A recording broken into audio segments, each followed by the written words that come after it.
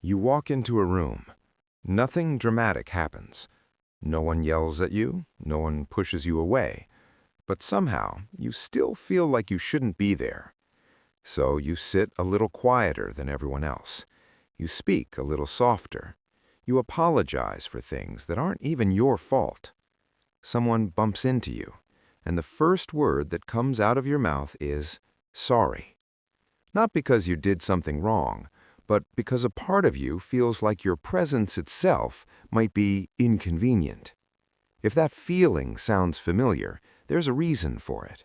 And strangely enough, it usually didn't start with you. Imagine a child sitting at a dinner table. They're excited. They want to talk about something that happened at school.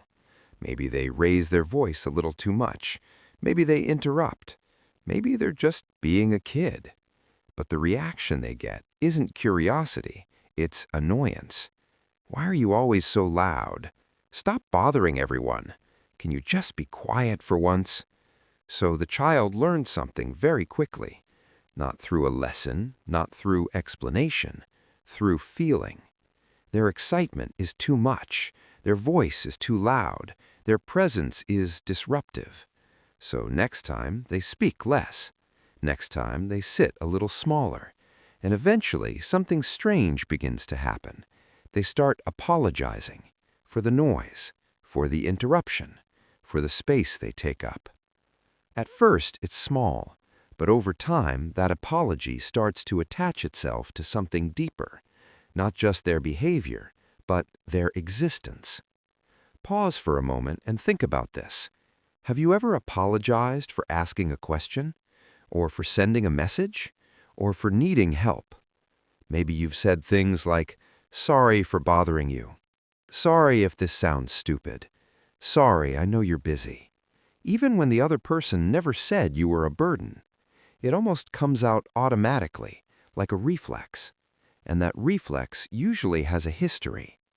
Children are extremely sensitive to emotional signals, not just what adults say, but how they say it.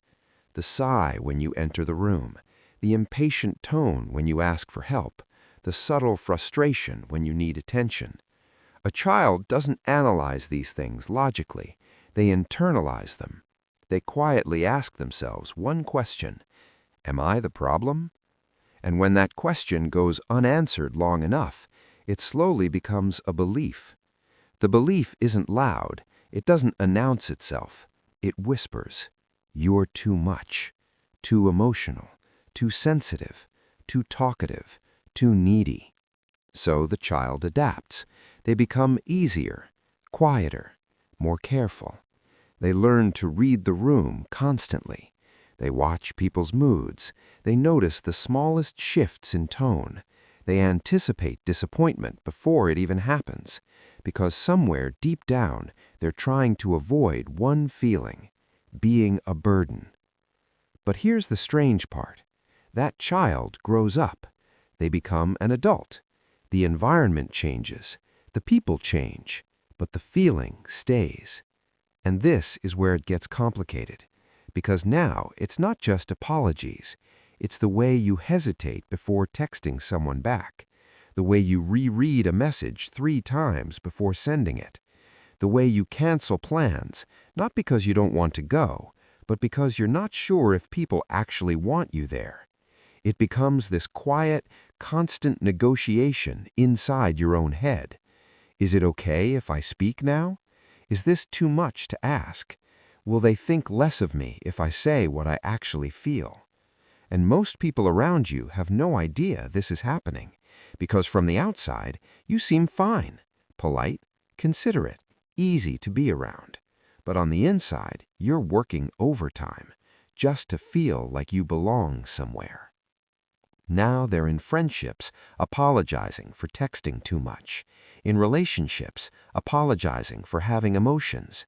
At work, apologizing for asking perfectly normal questions. Sometimes they even apologize before speaking, just in case their words might take up too much space. And people around them often say the same thing. You don't need to apologize. But the habit is stronger than logic, because it was never really about manners. It was about safety. For a long time, apologizing was a way to stay accepted, a way to stay liked, a way to avoid rejection. Here's a quiet moment to reflect. Think about the last time you apologized. Was it truly necessary, or just automatic? Did you apologize because you made a mistake, or because a small voice inside you said, "Don't be difficult, don't take up too much space"? Now here's something important. People who feel sorry for existing are usually the same people who try the hardest not to hurt others. They're the ones who overthink their words,